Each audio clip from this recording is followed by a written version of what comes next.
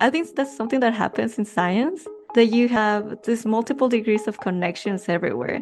In the end, it's a community, and you will find people or friends going there, friends coming from here, and meeting some people from other parts of the world that understand your scientific language.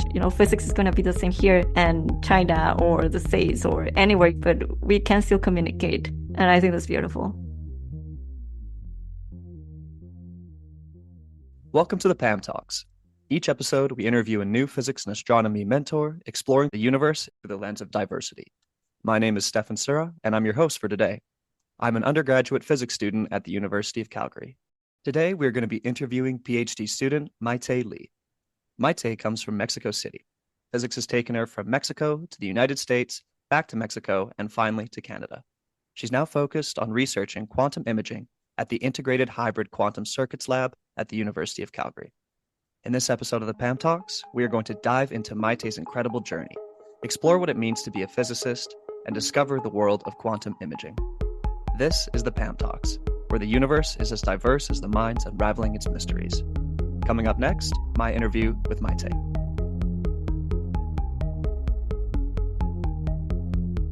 So, Mayte, thank you for joining us today. Thank you for having me. So why don't we start off with just a little bit about you? Tell us your story. How did you get here? What was your journey to get all the way from Mexico to Canada? I think if I were to talk about my origin, it would take a while, but I'm gonna make it short. So I was born and raised in Mexico City, which I think is one of the most beautiful cities in the world, but I think I'm biased. I come from a mixed family. So my mom is Mexican, my father's Chinese, and I have a twin sister. And I'm saying this because I think I consider them to be my solid background and most of the time the motivation for me doing stuff. I grew up in Mexico. Then I moved to the States, to California, to do my undergrad in physics and applied math. I was undecided for a while. I think I declared my major until my third year. And I stayed an extra term to finish applied math because I always thought that my heart is in math, but my brain is in physics. So I didn't want to miss that opportunity. And then once I graduated, I didn't know what to do with my life. I didn't know if I was meant to do grad school. So I decided to go back home. And in those few months that I was at home, I was doing nothing and I was growing desperate. So I decided to contact a research lab in Mexico. At that time, I think it was one of the best decisions I've made. And I really fell in love with what people do there. So I work in quantum optics. And I stayed there for 2 years until I applied for grad school. So I said, okay, this is what I want to do. I'm going to do grad school. So I applied to a bunch of places, and this opportunity at University of Calgary came up. I met with my supervisor, Xavier Barsenje, and I like his research and also the fact that he was starting a new lab. So I wanted that challenge. So that's why I came here, did my master's here for 2 years in quantum imaging, and now I'm starting my PhD. That's great. Wow. What a journey. 3 countries. Yes, all North America. All of North America. You covered all the bases. Next, maybe like Alaska is the next place you can go, and you've gotten top to bottom. I've thought about it. Uh, Just for vacation, maybe not to go the research there, but it would be fun. So you talked a bit about your family. Were they a big motivator for you to make it from Mexico to get into the United States? That seems like it's a pretty big decision to change countries to go for a different school. Yeah, I think first of all, I consider myself very fortunate to have a very loving family, very supportive family. I also had very strict parents, Hmm. and while I was growing up, there was no chance for me not going elsewhere. They always bet on my sisters and my education. So we come from a middle income family and we were always on a scholarship. So we always had to have good grades and excel at everything we did in order to hopefully have a better future. Or that's what our parents expected from us. So I think they sacrificed a lot of stuff for me to have the experience to go outside Mexico, to have an abroad experience. My mom wanted me to become a doctor. My dad wanted me to become a politician. Kind of disappointed them on becoming a physicist. But Well, yeah, I think they do serve like a big influence on me on having that made that decision. I think they wanted me to do that. So I followed what they were hoping or they were expecting me to do. well, you're still going to be a doctor. Yes, I joke. My sister is a real doctor. I have a twin sister. She's my favorite person in the world. I joke to them. She's a real doctor. I'm just like the fake doctor. That's the curse of the physicist is we spend all this time, we become doctors, and we get called fake doctors. Yes, or not even doctors. Yeah, yeah. Just Not sometimes not even yeah. doctors. The higher the education, the less you care about the title, I think. Yeah, that's fair. So you went from the United States and then you came back to do some research in Mexico. So why don't we talk a bit about that? What was that experience like for you? It was great. I wasn't expecting to have so much fun there, and I learned a lot in those 2 years. I wasn't expecting it just because that came out from an email, because I didn't want to stay home doing nothing. I like learning and I like putting my hands on experience and doing practical stuff or playing around with things. And being home was not fulfilling enough, so I went to the lab and I learned a lot from experimental data analysis and also working with other people. And I think that was a very fruitful experience. I really enjoyed it and I don't regret it at all. I think we also have this conception that research in Mexico is lagging, but I think the opposite. I really enjoyed my experience there. I met very intelligent people and very capable people, very talented people. And I think that's what I take the most from it. I learned so much from them. Even now, like a few years, I re-collaborated with that group in order to publish a paper. So yeah, I think good things come from those experiences. That's very cool. So what kind of work were you actually doing down there? What was the focus of the research? I worked at so it's Instituto de Ciencias Nucleares, that stands for Institute of Nuclear Science. And I work in the quantum optics lab. In specific, I worked in a project called entangled two-photon absorption. We often abbreviate as ETPA, in which we measure the two-photon absorption of molecules, and we examine the spectroscopy of those absorptions or those transitions using entangled light. So for our viewers that maybe not aren't super quantum savvy, what does entanglement mean?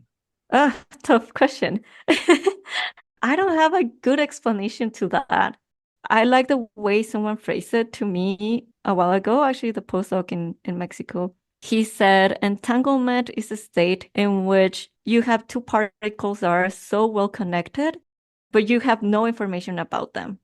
However, they're so connected that when you do a measurement on one, you will for sure know what's the outcome on the other. So before the measurement, there's no certainty or there's no knowledge about what's happening. But once you do a measurement on one, you know for sure what's the outcome on the other. And I think maybe that was the most intuitive way of looking at entanglement. Okay, so it's like two particles that almost like affect each other in a way. Yes, and they affect each other in a very strong way. We often relate to Einstein's spooky action at a distance. So yes, it's some connection, so relation between those two particles that happens almost simultaneously. Very cool. So do you have any specific examples of what your work might be used for? So we measure the spectrum of organic molecules, and those organic molecules are usually fluorescent molecules. And by doing that, the advantage of entanglement is that you can use lower intensities of light, much lower than the regular two-photon absorption. And that has some potential benefits like being less harmful to molecules or being less harmful to the tissue you're trying to image. And I know that classic two-photon absorption is used for other kinds of detections or cancer cells. So hopefully one day ETPA can also lead to other type of detection or other type of imaging. Cool. It's always nice when you have a practical application for the physics that we do. Yeah, I think so. It's also nice to see that the long-term vision is there. So you know you're making little steps, but in the end, those little steps will lead you to hopefully a larger end goal. And I think that was something I enjoyed because it had some reach to the biological sciences. So there was potential to meet the biological sciences. And I enjoyed that connection, that bridge. Cool. Yeah. Yeah, it's funny. It almost like connects you and your twin sister too, right? She's doing her biological doctor and you're doing the physics, and it's just that sort of intersection of science. Yeah, I agree. I think something that I missed when studying physics and math is that we often think about them as hard sciences, and I missed like the human side of it. So when I think that what I'm doing, the research that I'm doing, could have some impact in biology or in human health, chemistry, or something like that, then it motivates me. I think that's a passion that I've had. That's very cool. So you're working away on your PhD and you've just started, right? This was only like within the year that you started your PhD? Yes, I started officially started my PhD in late January, early February. Yeah. Okay, awesome. Do you have an idea for the topic? Do you know what you're going to try and tackle? Yes, I think it relates to what I did in my master's. So in my master's, we work with what we call quantum optical coherence tomography. It's an imaging technique that measures the thicknesses of multi-layer samples, and we instead of using classical light, we replace it with non-classical light or entangled photons. And right now, that's like an imaging technique. So now I still want to do quantum imaging or quantum sensing, but right now I want to develop something that we call a quantum microscope. So still using entangled light, and I want to investigate what's the impact on the resolution of those images when we apply entanglement to a classical microscope. Okay, very interesting. So what kind of tissues are you working with specifically, or what kind of membranes? Right now, we haven't done any measurements on biological tissues, but that's our goal. That's where we want to go. We do have to work with transparent samples just because our research or the light that we use has to be transmitted. And both for QCT and for the right now, the microscope that we're developing, the kind of detection that we do works through transmission of light. So it's what we call an intensity measurement. And those intensity measurements are more effective on transparent samples, which is the case for most biological tissues.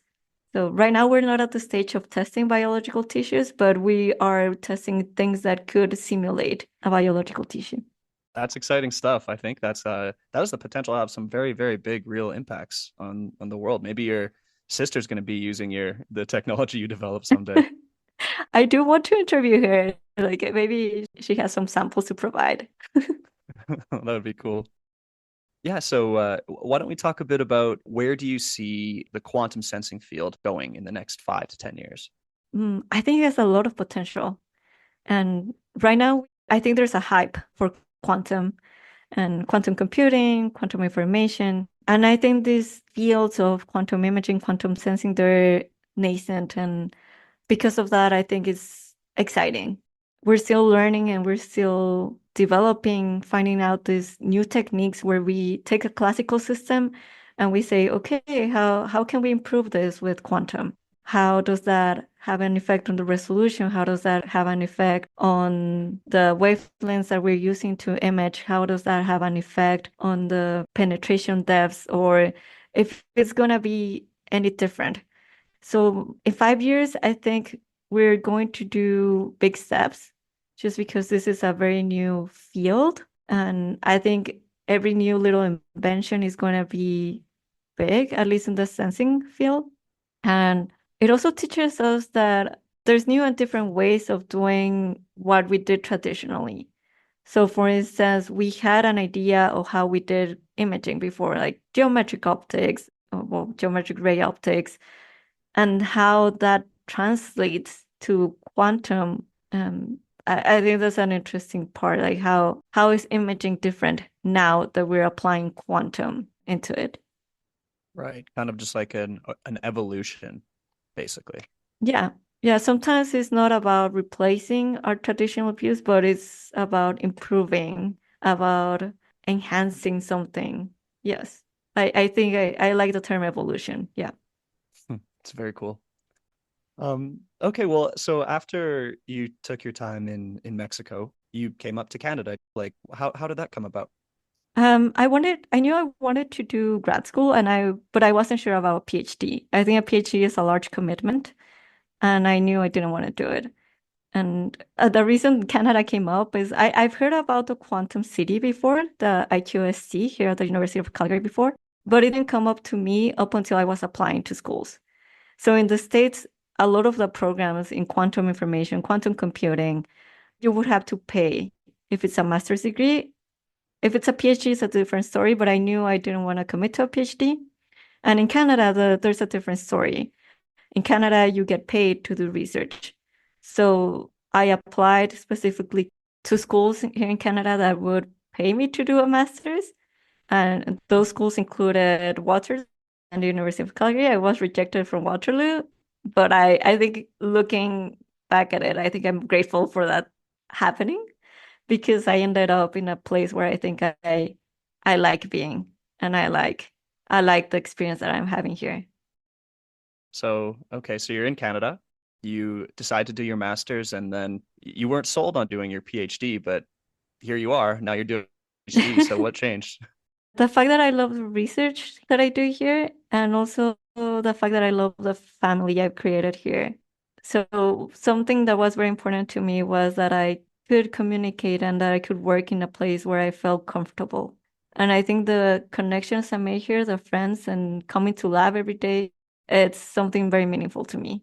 I didn't want a workplace. I wanted somewhere I could come to lab and have a nice day and enjoy what I do with people that I enjoy being with.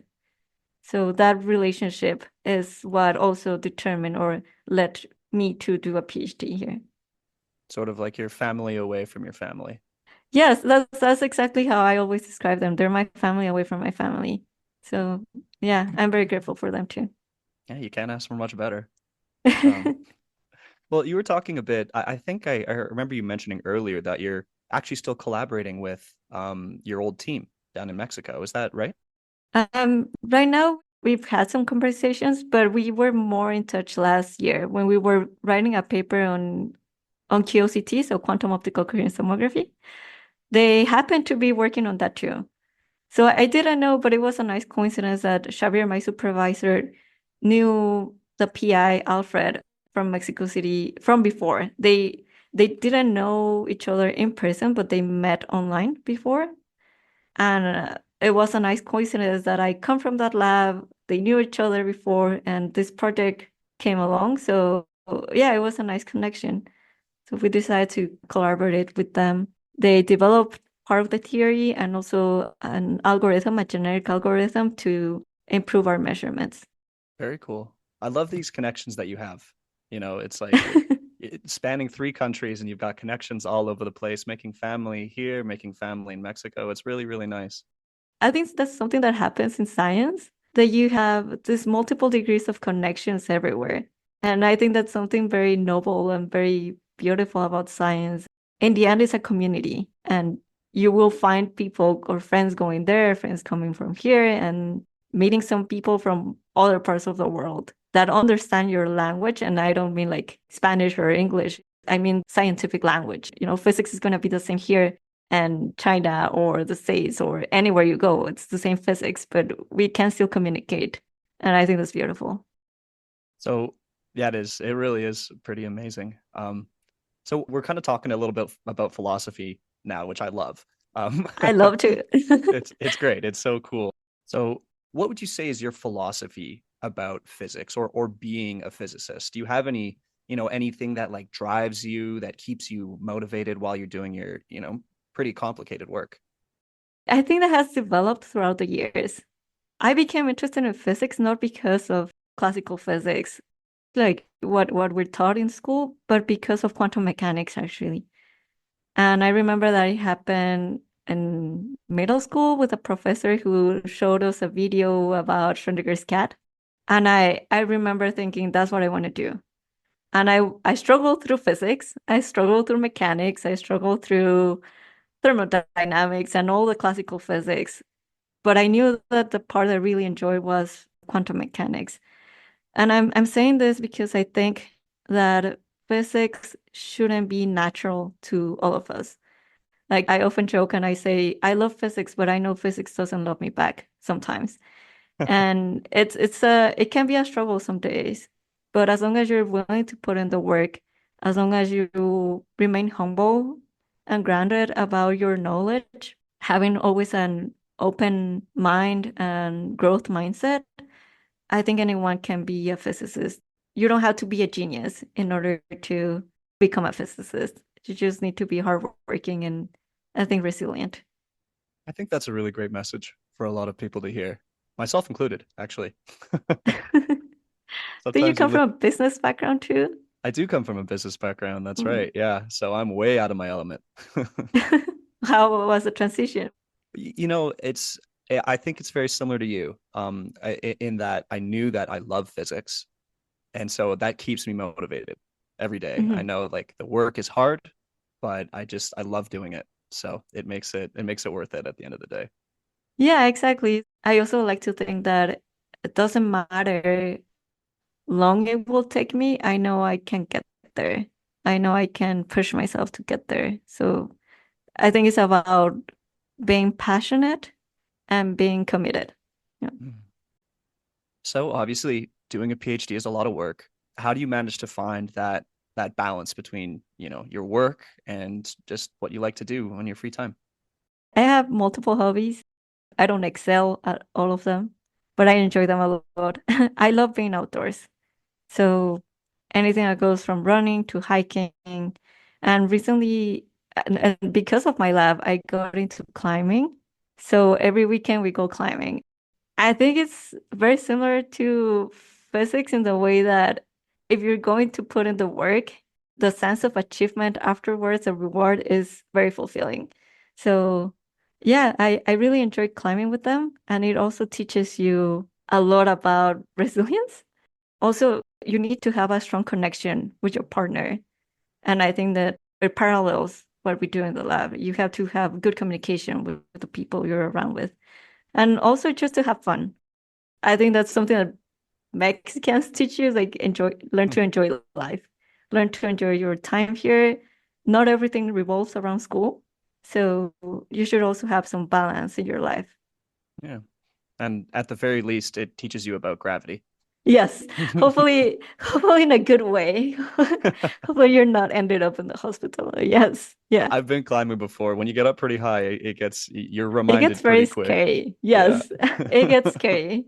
But that's something that one of my friends in the lab tells me, Taras. He says, whenever I'm scared and afraid, he says, you either come back or you keep climbing.